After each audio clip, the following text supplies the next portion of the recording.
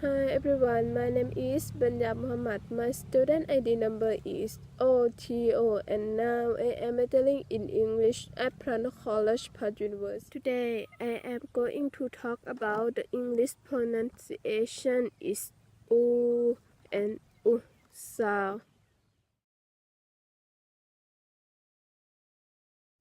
How to make the sound oo is a long vowel sound. You make lip into a tunnel shape and your tongue is a long way back in your mouth.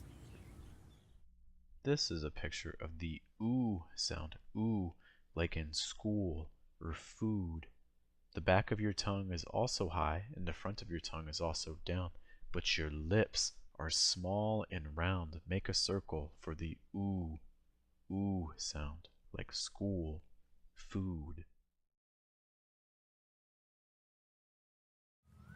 Poor, hood, Food, could, food, should, should, boost, booth, goo. goo.